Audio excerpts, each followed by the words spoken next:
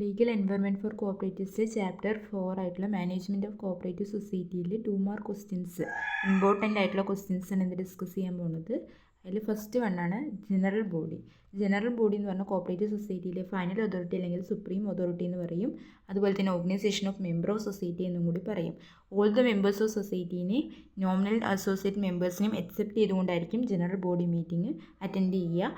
അതുപോലെ തന്നെ പ്രോസി അവിടെ അലൗഡ് അല്ല. ജനറൽ ബോഡി ഓഫ് സൊസൈറ്റിയിൽ ഓർഡിനറി മാനേജിങ് കമ്മിറ്റി ആയിരിക്കും അവിടെ ജനറൽ ബോഡീനെ കൺവീൻ ചെയ്യുന്നുണ്ടാവുക. അതായത് ഒരു ജനറൽ ബോഡി കൺവീൻ ചെയ്യാനായിട്ട് കമ്മിറ്റി ഫെയിലാണെന്നുണ്ടെങ്കിൽ അവിടെ ജനറൽ ബോഡിയിൽ ഓർഡിനറി മാനേജിങ് കമ്മിറ്റി ആയിരിക്കും കൺവീൻ ചെയ്യുന്നുണ്ടാവുക.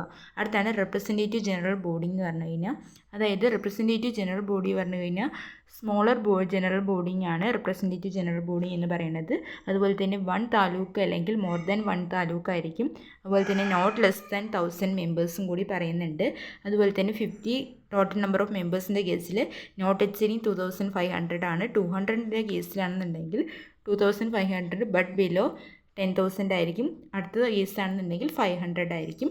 അതുപോലെ തന്നെ 5 ഇയേഴ്സിലായിരിക്കും ഇത് കോൺസ്റ്റിറ്റ്യൂട്ട് ചെയ്യുന്നുണ്ടാവുക. മാനേജ്മെൻറ്റ് കമ്മിറ്റി കോൺസ്റ്റിറ്റ്യൂട്ട് ചെയ്യുന്നതും 5 ഇയേഴ്സിന് തന്നെയായിരിക്കും കേട്ടോ. Number of members not exceeding 15 and minimum not less than 7 in the case of primary society പറയുന്നുണ്ട്. അതർ സൊസൈറ്റി ആണെന്നുണ്ടെങ്കിൽ 21 ആയിരിക്കും. അതുപോലെ തന്നെ അതോ കമ്മിറ്റീൻ്റെ കേസിലാണെന്നുണ്ടെങ്കിൽ ന്യൂ സൊസൈറ്റി ഓഫ് ദ പേഴ്സൻ്റെ ആ ഒരു കേസിലാണ് ഈ സൊസൈറ്റിയിലെ അഫയേഴ്സുകളെല്ലാം കണ്ടക്ട് ചെയ്യാൻ വേണ്ടിയിട്ട് കമ്മിറ്റി അവിടെ ഒരു അപ്പോയിൻറ്റ് ചെയ്യും. ഈ സൊസൈറ്റിയിലെ രജിസ്റ്ററൊക്കെ അപ്ലിക്കേഷനൊക്കെ സൈൻ ചെയ്യാൻ വേണ്ടിയിട്ട് ന്യൂ സൊസൈറ്റി ഓഫ് ദ പേഴ്സൻ്റെ കേസിലായിരിക്കും അവർ അതോ കമ്മിറ്റീനെ അവിടെ appoint ചെയ്യുന്നുണ്ടാവുക.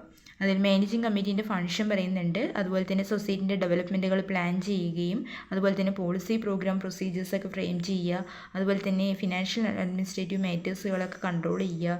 Various activity of society coordinate ചെയ്യുക എന്നുള്ളതൊക്കെയാണ്. പിന്നെ പവേഴ്സും അത് തന്നെയാണ്. ഒരുപാട് കാര്യങ്ങളുണ്ട്. അഡ്മിഷൻ ഓഫ് മെമ്പേഴ്സുകളുടെ പ്രൊവിഷൻ കംപ്ലൈ ചെയ്യുന്നതും അതുപോലെ തന്നെ A ക്ലാസ് മെമ്പറിന് ID കാർഡ് ഇഷ്യൂ ചെയ്യുക. അതുപോലെ തന്നെ അവൻ്റെ എക്സാമിൻ രജിസ്റ്റർ ചെയ്യുക എന്നൊക്കെ ഉള്ളതൊക്കെയാണ്. ഷെയർ ട്രാൻസ്ഫറും വിഡ്രോവൽ ചെയ്യുന്നതിൻ്റെ പ്രൊവിഷൻ ഡിസൈഡ് ചെയ്യുക. മെമ്പേഴ്സിൻ്റെ റെസിഗ്നേഷൻ്റെ പ്രൊവിഷൻ ഡിസൈഡ് ചെയ്യുന്നതെല്ലാം ഈ ഒരു മാനേജിങ് കമ്മിറ്റീൻ്റെ പവറായിരിക്കും. ഡിസ്ക്വാളിഫിക്കേഷൻ ഓഫ് മാനേജിങ് കമ്മിറ്റി മെമ്പേഴ്സാണ്. ജസ്റ്റ് പോയിന്റുകൾ വായിച്ചു വിടുക കേട്ടോ. സർചാർജ് ചെയ്യുന്ന സമയത്ത്, ഡിസ്ക്വാളിഫൈഡ് ആവുന്ന സമയത്ത്, അതുപോലെ തന്നെ സൊസൈറ്റിക്ക് എഗെയിൻസ്റ്റ് ആയിട്ട് ഡീൽ ചെയ്ത് കഴിഞ്ഞാൽ അങ്ങനെയൊക്കെയാണ് ഡിസ്ക്വാളിഫൈ ചെയ്യുക. ജസ്റ്റ് പോയിന്റ് വായിച്ചാൽ മതി. സൊസൈറ്റീൻ്റെ മീറ്റിംഗ് നടക്കുന്ന സമയത്തുള്ള എസെൻഷ്യൽ റിക്വയർമെൻറ്റ്സ് ആണ് നോട്ടീസ്, കോറം, അജണ്ട. നോട്ടീസ് എന്ന് പറഞ്ഞു കഴിഞ്ഞാൽ ജനറൽ ബോഡിയിലെ എല്ലാ മെമ്പേഴ്സ് ഓഫ് സൊസൈറ്റിക്കും നോട്ടീസ് കൊടുക്കണം.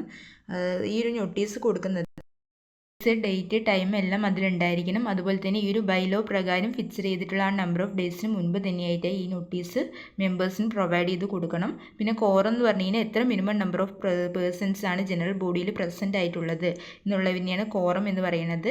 അതുപോലെ തന്നെ പ്രസൻറ്റ് അല്ലെങ്കിൽ അത് ഇൻവാലിഡ് ആയി പോകും. അതുപോലെ തന്നെ അജണ്ട എന്ന് പറയുന്നത് ഒരു ട്രാൻസാക്റ്റഡ് ബിസിനസ് സ്റ്റേറ്റ്മെൻറ്റിനെയാണ് നമ്മൾ അജണ്ട എന്ന് പറയുന്നത്. അതായത് ഈ ഒരു നോട്ടീസൊക്കെ മീറ്റിംഗ് കണ്ടക്ട് ചെയ്യാൻ വേണ്ടി കൊടുക്കും. അങ്ങനെ ഒരു ബിസിനസ്സിൻ്റെ ഒരു സ്റ്റേറ്റ്മെൻറ്റ് തന്നെ കണ്ടെത്തും. ഒരു സ്റ്റേറ്റ്മെൻറ്റിനെയാണ് അജണ്ട എന്ന് പറയുന്നത്. അതുപോലെ തന്നെ ഈ ഒരു സെക്രട്ടറി ആയിരിക്കും ഈ അജണ്ട പ്രിപ്പയർ ചെയ്യുന്നത്. ലൂസ് ഷീറ്റ് ഓഫ് പേപ്പറിലായിരിക്കും ഈ ഒരു അജണ്ട ബുക്കുകൾ അവർ പ്രിപ്പയർ ചെയ്യുന്നുണ്ടാവുക.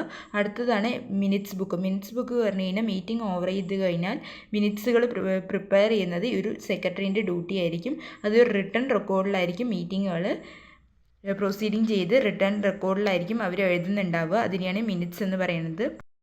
സെക്ഷൻ ഓഫ് കമ്മിറ്റി എന്ന് പറഞ്ഞു കഴിഞ്ഞാൽ ഈ ഒരു സൊസൈറ്റിയിൽ ഡ്യൂലി ഇലക്റ്റഡ് കമ്മിറ്റിയിൽ റിമൂവൽ ചെയ്യുന്നതിനെയാണ് സൂപ്പർ സെക്ഷൻ ഓഫ് കമ്മിറ്റി എന്ന് പറയുന്നത്.